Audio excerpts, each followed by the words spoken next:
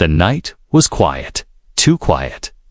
As Daniel walked down the empty street toward his small home, the lamps flickered weakly, and the wind pushed dead leaves across the ground. He had just finished another long shift at the factory, his body heavy, and his mind tired. All he wanted was to eat something simple, take a shower, and fall into bed. But as he reached his front door, a strange feeling touched him. The lock looked fine, the window closed, but something in the air felt wrong. It was like someone had been here, someone waiting. Daniel pushed the door open slowly, the hinges giving a soft creak. His eyes searched the dark room, but nothing moved. He stepped inside carefully, leaving the door half open behind him. The smell hit him first, sharp and earthy, like wet soil after rain, mixed with something metallic. It wasn't a normal house smell. It wasn't food or dust. It was alive. He froze, his ears catching a sound, soft water running. The shower, Daniel's heart pounded. No one else had a key. No one should be inside. Slowly, he moved toward the bathroom, each step quiet on the floor. The closer he came, the clearer the sound grew. Water splashing, soft movements.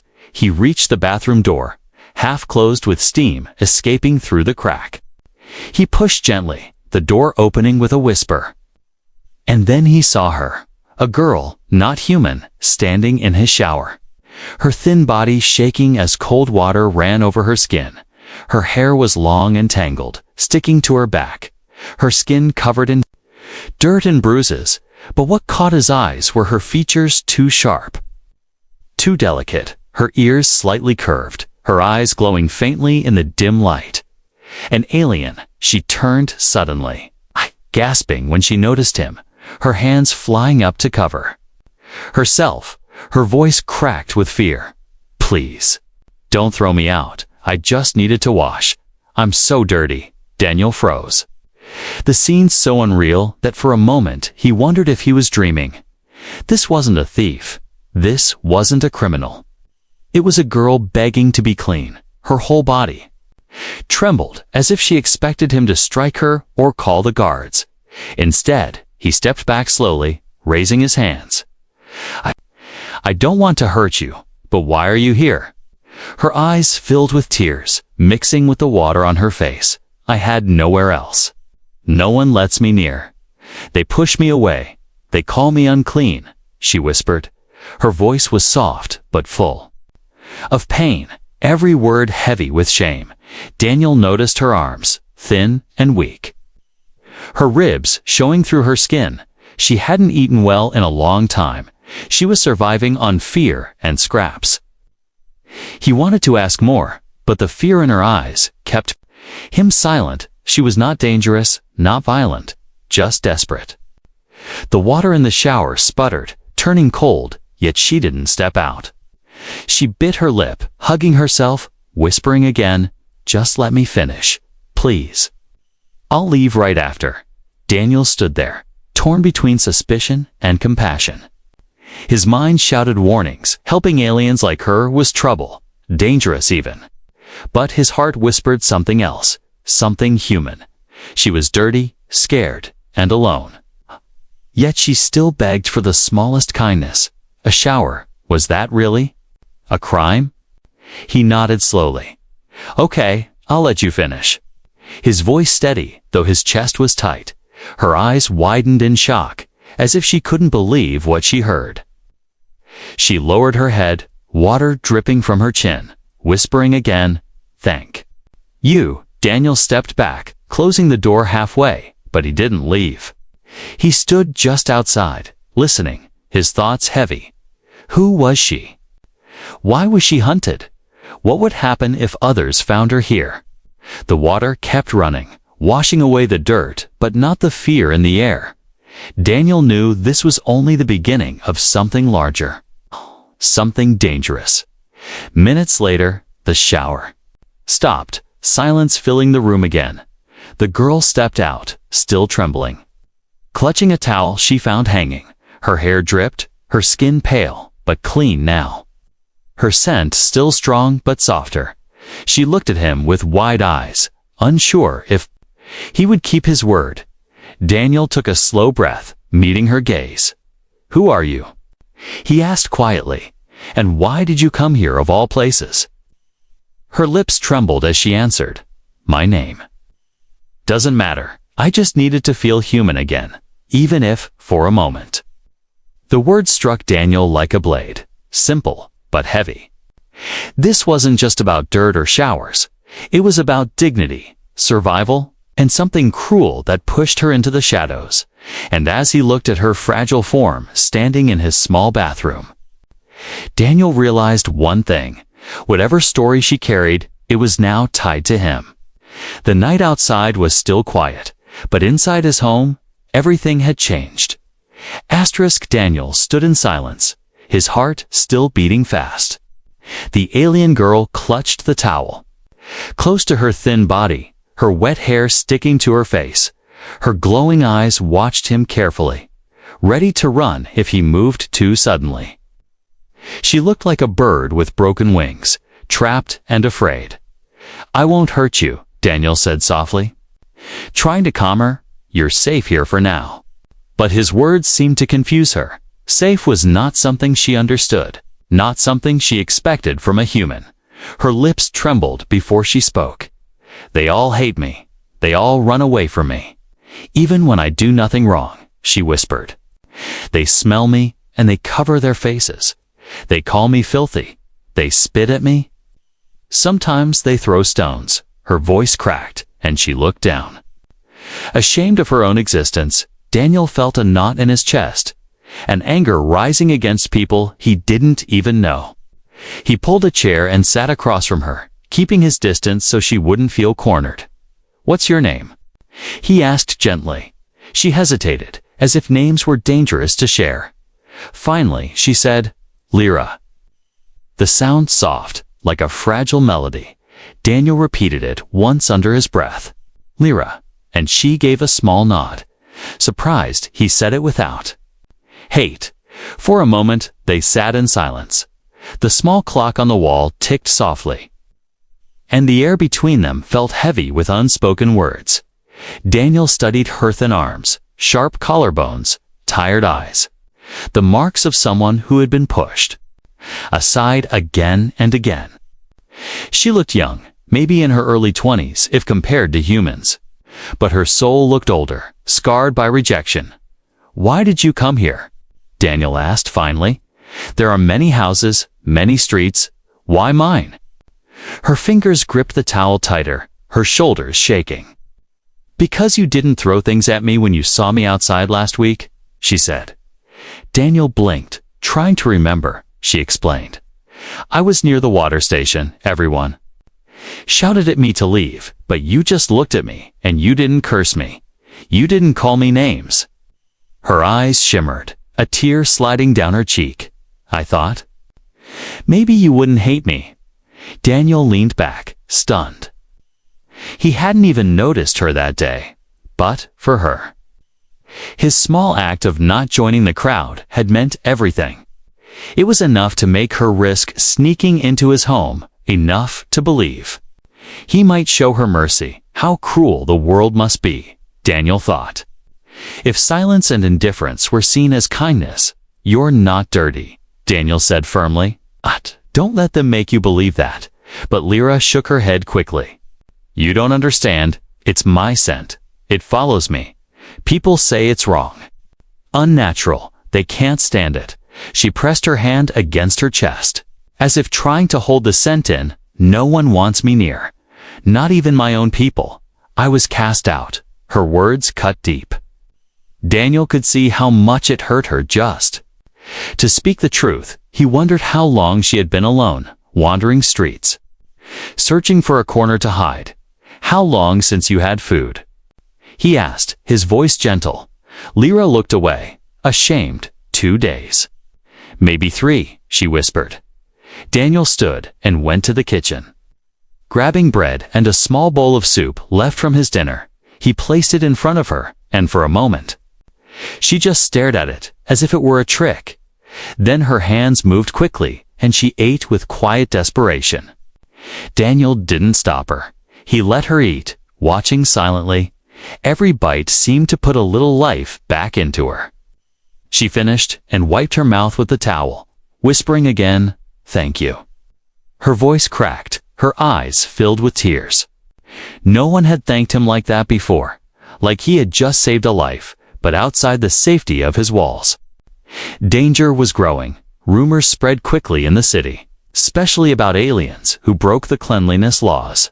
If neighbors had seen her entering his house, they might already be whispering. Daniel knew what would happen if the patrols came. Fines, punishments, maybe worse. He should have told her to leave. But something in him refused. He couldn't throw her back into the cold streets. Not after seeing her like this. Lyra pulled the towel tighter around her shoulders.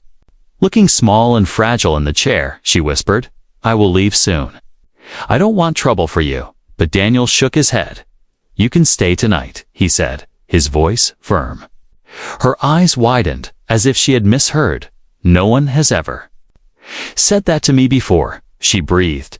The clock ticked louder in the silence. Daniel felt the weight of his choice pressing down on him. He didn't know why he was doing this. He didn't know what would happen tomorrow. But he knew one thing: Lyra was not a monster. She was not filth. She was just a frightened girl searching for a little kindness. And maybe, just maybe, it was his duty as a human to give it. That night, as the city slept, a fragile trust was born between them. Neither knew where it would lead, but both understood. Something had changed. Lyra's eyes, once filled with fear, now held a small spark of hope, and Daniel's heart, once tired and closed, now carried the weight of protecting someone who had no one else. The night grew colder outside, but inside Daniel's small house, the air was heavy with silence. Lyra sat near the corner, her wet hair still dripping, the towel wrapped tightly around her thin shoulders. She looked calmer than before, but her eyes still carried a shadow of fear. Daniel stood near the window, peeking through the curtains, making sure no one was watching his home. He had no idea how much risk he had taken by letting her stay. But his gut told him trouble was close. When he turned back, Lyra was staring at the floor, her fingers playing nervously with the edge of the towel. "You shouldn't have helped me," she whispered, her voice low as if afraid the walls might. "Here, if they find me here, you'll be punished too." Daniel frowned. "Who are they?" he asked, his voice steady but curious. Lyra lifted her eyes slowly, and for the first time Daniel saw not just fear, but also pain, deep, hidden pain. "They call us the untouched," she said softly. "My people were once part of the great colonies, but then the council decided our kind carried a curse." Her words trembled, like each memory was a wound reopening. "They said our scent brings sickness, that it poisons food, that it makes others weak." She pressed a hand against her chest as if trying to bury the shame deep inside. "So they pushed us out, marked us, told everyone to avoid us. And anyone who helps us is punished too." Daniel felt anger burning in him. It wasn't the kind of anger that shouted or broke things, but the quiet kind that dug into his bones. He looked at her thin, tired, shaking, and thought about how many lies had been built to make her believe she was nothing. "So it's not sickness," he said, "it's just prejudice." Lyra nodded weakly. "Yes, but to them, it doesn't matter. The lie has become truth, and the truth is forgotten." Her eyes shimmered, and she lowered her voice even more. "Do you know what happens when one of us is caught?" she asked. Daniel shook his head slowly. "They take us away. They say it is for cleansing. But no one ever returns." Her words cracked. "I watched my sister dragged away. I never saw her again." A tear rolled down her cheek, but she didn't wipe it, as if tears were too common for her to notice anymore. Daniel's fists clenched, his jaw tight. Every instinct in him screamed that this was wrong, that no one deserved such cruelty for being born different. But another part of him whispered danger. The authorities found her here. His life could collapse. He looked at her again, her fragile form curled up in the corner, and he knew the choice was already made. He couldn't hand her over. Not now, not ever. "You'll stay here for tonight," Daniel said firmly. "But tomorrow, we'll figure out what to do." Lyra's lips parted, her eyes wide. "You don't understand. Tomorrow they'll be looking harder." Her voice was sharp with sudden fear. "The patrols know someone gave me shelter. They can smell my trail. They will come, maybe even tonight." The word sent a chill through Daniel. He moved quickly, checking the door locks again. Pulling curtains tight, turning off the single lamp, the house sank into shadow. Only the faint moonlight touching the floorboards. Lyra watched him silently. Her breathing fast. "You didn't have to do this," she whispered again. Daniel turned to her, his voice steady. "I couldn't just let you go back into the streets." For a long time, neither spoke. The silence between them was not empty, it was full of fear, trust, and a fragile bond forming in the dark. Finally, Lyra broke it, her voice soft, almost guilty. "There is something else," she said. "Something you should know if you choose to help me." Daniel's eyes narrowed, his body tense. "What is it?" he asked carefully. Lyra took a deep breath, her hands gripping the towel like it was her last shield. "I am not only cast out, I am hunted," she whispered. Daniel blinked, confused. "Hunted? Why?" Her glowing eyes lifted to his, shining with both sorrow and defiance. "Because I carry knowledge they fear. Secrets of what the council did, proof that the cleansing is not what they say it is." Daniel's breath caught in his chest. Her words carried weight, danger, and the promise of a storm. He stepped closer, lowering his voice. "What proof?" Lyra shook her head quickly. "Not now. If you know too much, you'll be in more danger. But trust me, if they catch me, they will not stop with me. They will destroy anyone who helped." Daniel felt the walls of his house closing in. The world outside, suddenly heavier. He was not just hiding a frightened girl. He was now part of a secret that could tear apart lies built by powerful rulers. He stared at her trembling form, and yet, beneath the fear, he saw something else. Strength. The kind of strength that comes from surviving when no one wanted you to survive. The night stretched on, quiet but tense. Daniel sat near the door, listening for any sound outside, while Lyra curled up in the chair, finally closing her eyes from exhaustion. He watched her for a long time, and a thought whispered in his mind.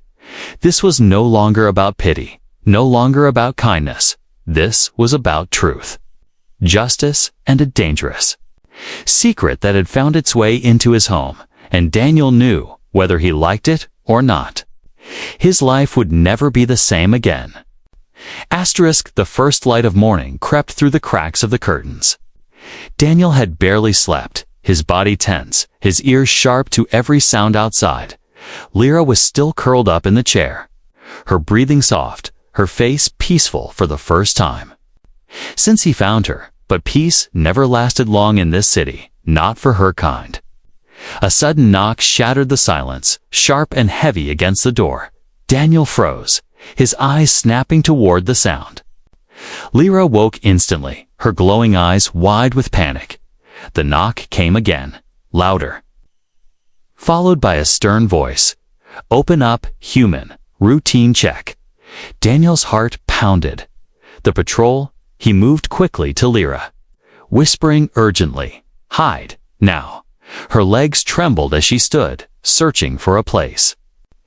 Daniel opened the small trapdoor under the kitchen floor. "The old cellar where he stored tools. Go down, don't make a sound," he said, his voice low but firm. Lyra hesitated, fear locking her in place, but one more bang on the door pushed her forward, and she slipped inside the darkness below. Daniel closed the trapdoor and kicked a rug over it, just as the door was forced open. Two patrol officers stepped inside, tall and armored, their faces hidden behind masks. One of them scanned the room with a device that beeped faintly. The other spoke coldly. "We've had reports of a scent trail near this sector. Human? Have you seen anyone unusual?" Daniel forced his face calm. "No, just me." His voice was steady, but his heart hammered in his chest. The officer stepped closer, his mask humming. The device beeping louder. Daniel clenched his fists, praying Lyra stayed silent below. The officer leaned close, his tone sharp, strange. "The trail ends near this house." The second officer began to check the rooms, opening doors, pulling curtains, even peeking into the bathroom. Daniel kept his voice strong. "You think I'd risk my life hiding one of them? I work, I pay my dues, I don't want trouble." The first officer studied him for a long moment, then finally signaled the other. "Clear enough," the second muttered, though his eyes lingered on the floor as if sensing something hidden. They turned to leave, but just before stepping out, the first officer said, "If you see anything, or anyone, report it, or you'll pay the price." Daniel nodded stiffly. Shutting the door as they walked away, he stood, frozen, listening until their footsteps faded down the street. Only then letting out the breath he had been holding, slowly. He pulled the rug aside and opened the trapdoor. Lyra's glowing eyes peeked out, filled with fear, her small frame shaking. "They almost found me," she whispered, her voice breaking. Daniel helped her climb out, his own hands trembling from the weight of what just happened. "They'll be back," he said grimly. "Next time, they won't leave so easily." Lyra hugged herself, whispering, "You should have given me up. You would be safe now." Daniel shook his head sharply. "I couldn't. Not after what you told me." Her lips trembled.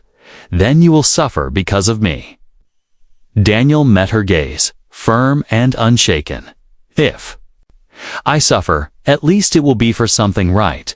But outside, danger was already moving closer. The patrol left sensors on the street, small glowing devices that picked up scent trails. Every step Lyra took in this neighborhood was like a beacon calling them. Daniel knew keeping her here was no longer possible. By midday, whispers spread among the neighbors. Daniel noticed people glancing at his house, talking in low voices. Fear and suspicion spread faster than fire. He saw one neighbor crossing the street to avoid his door, another pointing quietly. The city had turned its eyes on him. And he knew what came next: rest, punishment, or worse. That night, as the sun fell, Daniel packed a small bag, food, water, and a spare cloak. He turned to Lyra, who sat silently near the table, her face pale with worry. "We can't stay here. They will come again," he said. Lyra's eyes widened. "You mean run?" Daniel nodded. "Yes, we have to leave the city before dawn." Her hands shook, her voice small. "If they catch us outside the walls, they'll kill you too." Daniel's jaw tightened. "Then we don't get caught." The hours crawled. Until the city lights dimmed, Daniel led Lyra through the back door, cloaked in shadows. Moving silently between alleys, every sound made her flinch. Every patrol light made Daniel's heart race. The scent sensors glowed faintly on the corners, forcing them to take longer routes. At one point, a patrol drone hovered overhead, its bright lights sweeping the alley. Daniel grabbed Lyra's arm and pulled her into a narrow gap between two walls, holding his breath as the drone hummed above them. The light passed, the sound faded, and only then did they move again. Lyra's eyes glowed faintly in the dark, and Daniel whispered sharply, "Cover your face," tossing her the hood of the cloak. She obeyed, though her trembling hands showed her fear. Step by step, they moved closer to the city's outer gate. But then a shout split the night, sharp and commanding. "There! Stop them!" Lyra's eyes widened. Daniel's blood turned cold. The patrol had spotted them. "Run!" Daniel shouted, pulling her forward.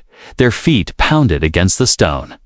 The sounds of boots chasing behind them, lights flashing, voices shouting. The city that once ignored Daniel now roared to life, hunting the girl he had chosen to protect. And as they ran into the night, one thought echoed in Daniel's mind. This was no longer just about hiding. This was a fight for survival. The night swallowed them as they ran. Daniel's lungs burned, his legs heavy, but he didn't stop. Lyra struggled to keep up, her thin frame shaking with every step. Yet she didn't let go of his hand. Behind them, patrol lights flashed. Voices shouting, boots pounding against the ground. They turned sharply into a narrow street. Daniel pulling Lyra through an old iron gate half broken. The two of them pressed against the wall. Holding their breaths, the patrol thundered past. Chasing shadows further down the road, only when the noise faded did Daniel finally exhale. Lyra's body slumped against the wall, her chest rising and falling fast. "I can't run anymore," she whispered, her voice weak. Daniel crouched beside her, his eyes scanning the dark street. "You have to hold on," he said firmly. "Just a little more, then we'll rest." But he could see the truth. She was exhausted. Starving, her body running on nothing but fear. He pulled her cloak tighter around her and guided her toward a small abandoned storage shed near the edge of the district. Inside, it was dusty, cold, and empty, but at least it gave them cover. Daniel closed the broken door quietly and sat her down on the old wooden floor. The silence inside felt heavy, filled only with the sound of their breathing. Lyra wrapped her arms around herself, her glowing eyes dim. Her voice broke the silence, soft and trembling. "You should leave me," she whispered. "They will catch me, and when they do, you'll suffer too." "I don't want that." Daniel shook his head immediately, his voice sharp. "Stop saying that. I'm not leaving you." Her lips quivered, tears building in her eyes. "Why? Why risk everything for me? I am nothing, less than nothing to this world," she said, her voice cracking.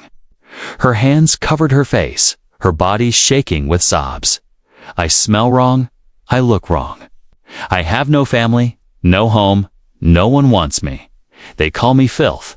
They say, even, my touch is poison." Daniel's chest tightened as he watched her break down. Her words were not just pain. They were the weight of years of cruelty, rejection, and loneliness. He wanted to speak, but for a moment he had no words strong enough. So instead, he sat closer. Slowly lowering his hand to her trembling shoulder, she flinched at first, as if expecting a strike. But when no pain came, she froze, her sobs quieter. "You're not poison," Daniel said softly, his voice steady. "You're not filth. You're not nothing." His words came slow but heavy, like stones placed carefully. "You're alive, Lyra. You fight. You endure. And that makes you stronger than anyone who spits at you." Her hands lowered, her wet eyes staring at him in disbelief. "No one has ever said that to me," she whispered, her tears still rolling down. Daniel gave a small, tired smile. "Then they're fools, because I see you, I hear you. And I don't believe their lies." Lyra's lips trembled again. But this time, the tears fell silently, not with hopelessness, but with something else, relief. She leaned slightly toward him, her forehead resting against his arm as she cried. Quietly, Daniel led her, his hand moving gently through her tangled hair. He didn't push her away. He didn't turn from her scent. He simply stayed. And for Lyra, that simple act was everything. Minutes passed, maybe hours. Daniel wasn't sure. When her sobs finally faded, she spoke again, her voice weak but calmer. "I had a sister," she said, her words soft in the dusty shed. "She was older than me, stronger, she always told me to hide when the patrols came. She always protected me." Her glowing eyes stared into the darkness. One night they came for her. They dragged her away, and I couldn't do anything. I just hid, like she told me to. Her voice cracked, guilt twisting every word. I watched them take her, and I stayed silent. I did nothing. I let her vanish. The tears returned, but softer this time. I hate myself for it, Daniel. I should have fought. I should have gone with her. Daniel shook his head firmly. You survived, Lyra. That's not weakness. That's what she wanted. She gave you her chance. And you've carried it until now. She looked at him, her eyes wide, her lips trembling. You really believe that? She asked, her voice small like a child. Yes, Daniel answered without hesitation. I believe she would be proud of you. Her tears fell again. But this time they carried less pain and more release. For the first time, her shoulders seemed lighter, her breathing calmer. Slowly, she whispered, "Thank you, Daniel." The night outside roared with distant sounds, patrol horns, echoing boots, angry voices searching the streets. But inside the shed, a fragile bond grew stronger. Lyra's trust, once broken by the world, began to rebuild, piece by fragile piece. She curled closer against him, exhausted, finally letting her eyes close. Daniel sat awake beside her, listening to the chaos outside. But keeping his focus on the girls sleeping by his side, he knew tomorrow would be worse. That the chase was not over, but tonight. In this cold, abandoned place, Lyra was not alone. And Daniel realized something powerful. He wasn't alone anymore either. Her tears had washed away her shame, and in their place, something new had formed. Trust. And with trust came responsibility. No matter what danger came next, Daniel silently promised himself one thing. He would not let the frightened girl be taken again. Not while he still breathed. The sun had not yet risen when Daniel woke. His back ached from leaning against the shed wall. But his mind was sharp, alert, beside him. Lyra slept lightly, her face pressed against his arm, her breathing shallow. For a moment, she looked peaceful. Almost like an ordinary girl, not someone hunted, not someone broken, but outside. The world was not peaceful. Daniel heard the distant hum of patrol drones, the sharp bark of orders shouted across the city. They were searching harder now. No longer routine sweeps, but an active hunt. The frightened girl sleeping beside him was no longer invisible. She was their target, and he had become her shield. He touched her shoulder gently, whispering, "Lyra, wake up. We can't stay here." Her glowing eyes opened slowly, confusion fading into fear as the sounds outside reached her ears. "They're close," she whispered, clutching the cloak tighter. Daniel nodded. "Yes, but we won't run anymore." Her head snapped toward him, her voice trembling. "What do you mean? We have to run. It's the only way." Daniel shook his head, his eyes hard. "Running only makes us prey. Sooner or later, they'll catch us. And if they do, all your suffering will mean nothing." Lyra's lips parted, shocked by his words. "Then what? What do we do?" she asked. Daniel stood, his fists tight at his sides. "We stand, we fight. Not just for survival, but for truth." His voice carried a strength that startled even himself. He had never seen himself as brave, never thought of himself as a fighter, but now, looking at her trembling form, something inside him had changed. Lyra shook her head, her voice breaking. "You'll die if you fight them. They're stronger. They have weapons. Machines, power." Daniel crouched in front of her, his eyes meeting hers, steady and firm. "Maybe. But fear is what keeps them powerful, and I won't let fear rule me anymore." His words sank into her like fire. And for a moment, she simply stared at him, as if seeing him for the first time.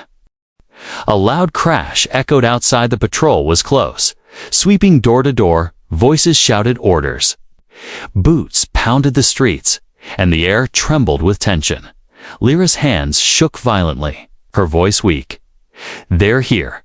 Daniel, they'll find us." Daniel took her hands, gripping them tight. "Then let them, because this time we won't hide." The shed door shook suddenly, a heavy knock rattling the wood. "Open up."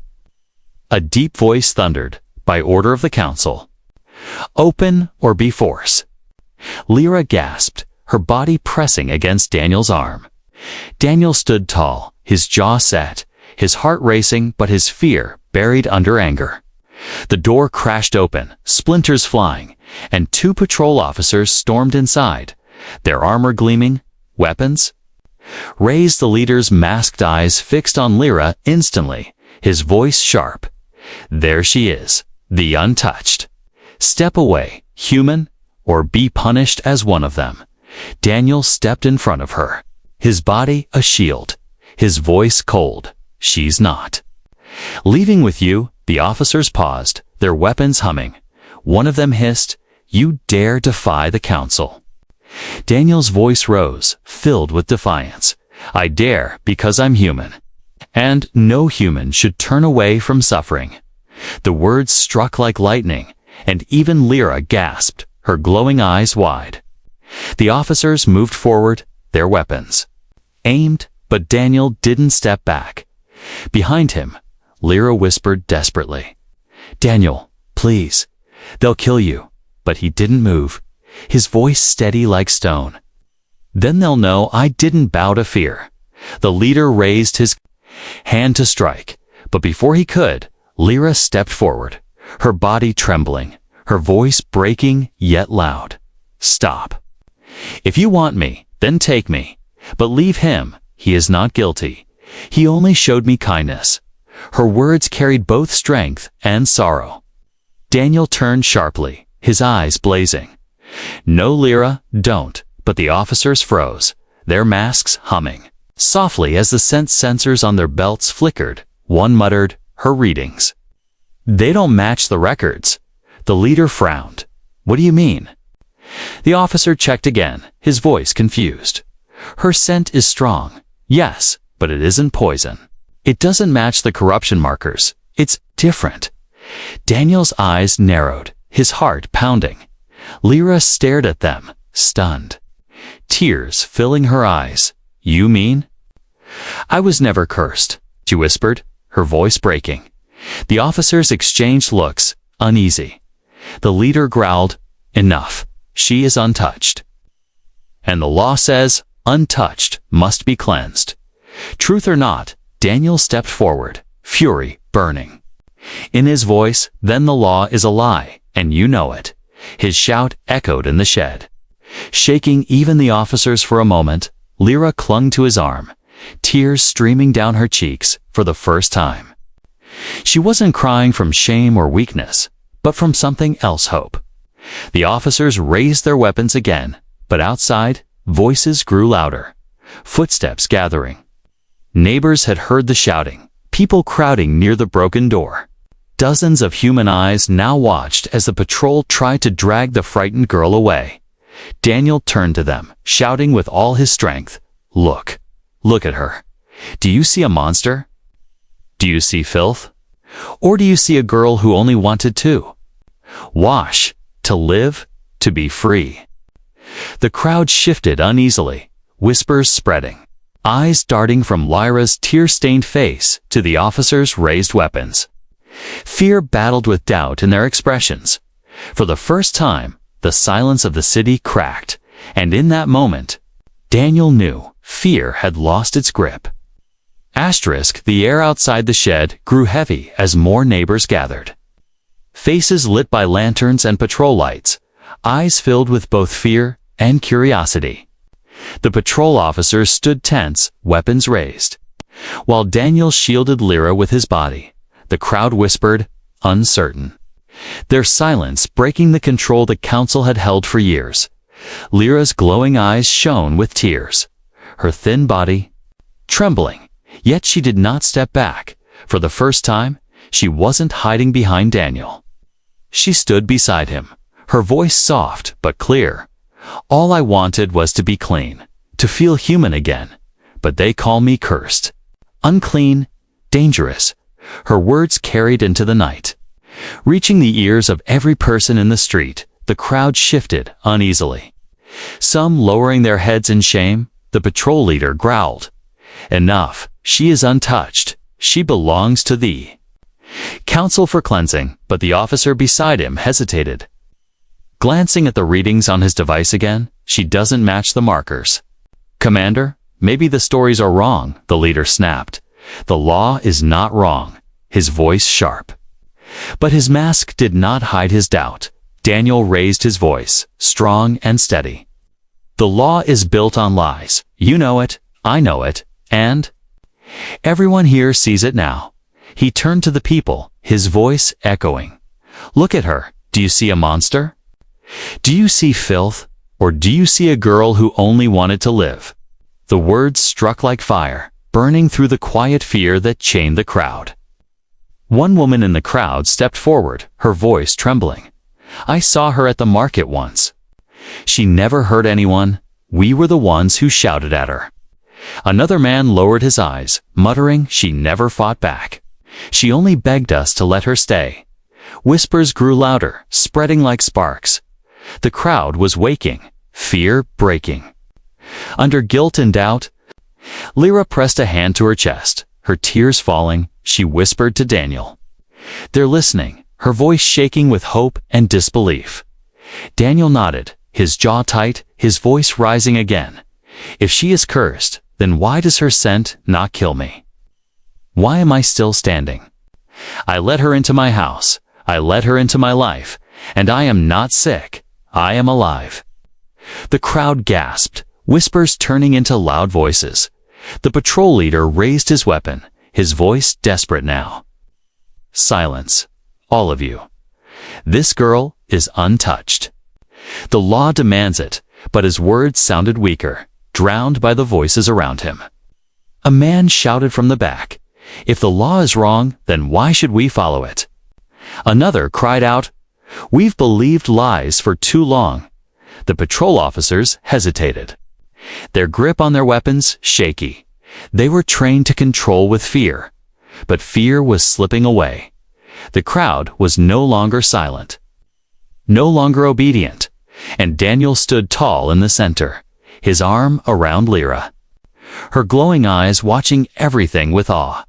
The leader shouted again, "Step aside, human, or you will die with her." Daniel's voice cut through like steel. "Then I die standing, not crawling to lies." The crowd roared, voices rising. Together, angry now not at Lyra, but at the patrol. The officers stepped back uneasily, realizing they were outnumbered, outmatched, not by weapons, but by truth, finally. The leader lowered his weapon slowly. His mask hid his face, but his voice carried frustration and defeat. "This isn't over," he spat. Signaling his men to retreat, the patrol pushed through the crowd, disappearing into the night. There. Authority broken, their fears shattered, silence fell again. Heavy, but different now. Not the silence of fear, but of realization. Dozens of eyes turned toward Lyra, but for the first time. They did not turn away in disgust. Some looked ashamed. Others curious, and a few even hopeful. Lyra trembled, clutching Daniel's arm. Her voice soft. "They didn't take me," she whispered. "They didn't take me." Her knees buckled, and Daniel caught her, holding her tightly. "You're safe now," he said, his own voice shaking with relief. "Safe for now, but the danger was far from gone." The neighbors began to disperse slowly, whispering about what they had seen. Some stayed, offering Daniel food, a blanket, even a place to hide. It was small, fragile kindness, but it was more than Lyra had ever known. She wept quietly into Daniel's chest, her tears falling not from shame, but from hope. When the crowd thinned, Daniel guided her back into the shed. He sat beside her, wrapping the blanket around her shoulders. For a long time, they said nothing, the weight of the night pressing down. Finally, Lyra spoke, her voice quiet but steady. "I thought I was nothing, Daniel. I thought I was poison, but you showed me I'm not." Her glowing eyes shimmered, and she whispered, "You gave me back my dignity." Daniel looked at her, his heart heavy but proud. "You were never nothing, Lyra. The world just tried to make you believe it." She leaned against him, her tears soaking the blanket. For the first time, she felt warmth, not from water, but from another soul.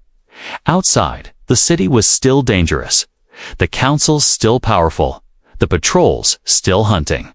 But something had changed, something no law could erase. A seed of truth had been planted, a seed of defiance. And in the middle of it all stood a human and a frightened alien girl. Bound not by fear, but by trust, Daniel closed his eyes, his arm around her. He didn't know what tomorrow would bring, but he knew one thing with certainty. Whatever battles lay ahead, Lyra would not face them alone. Together, they had begun something greater than survival. They had begun a new beginning,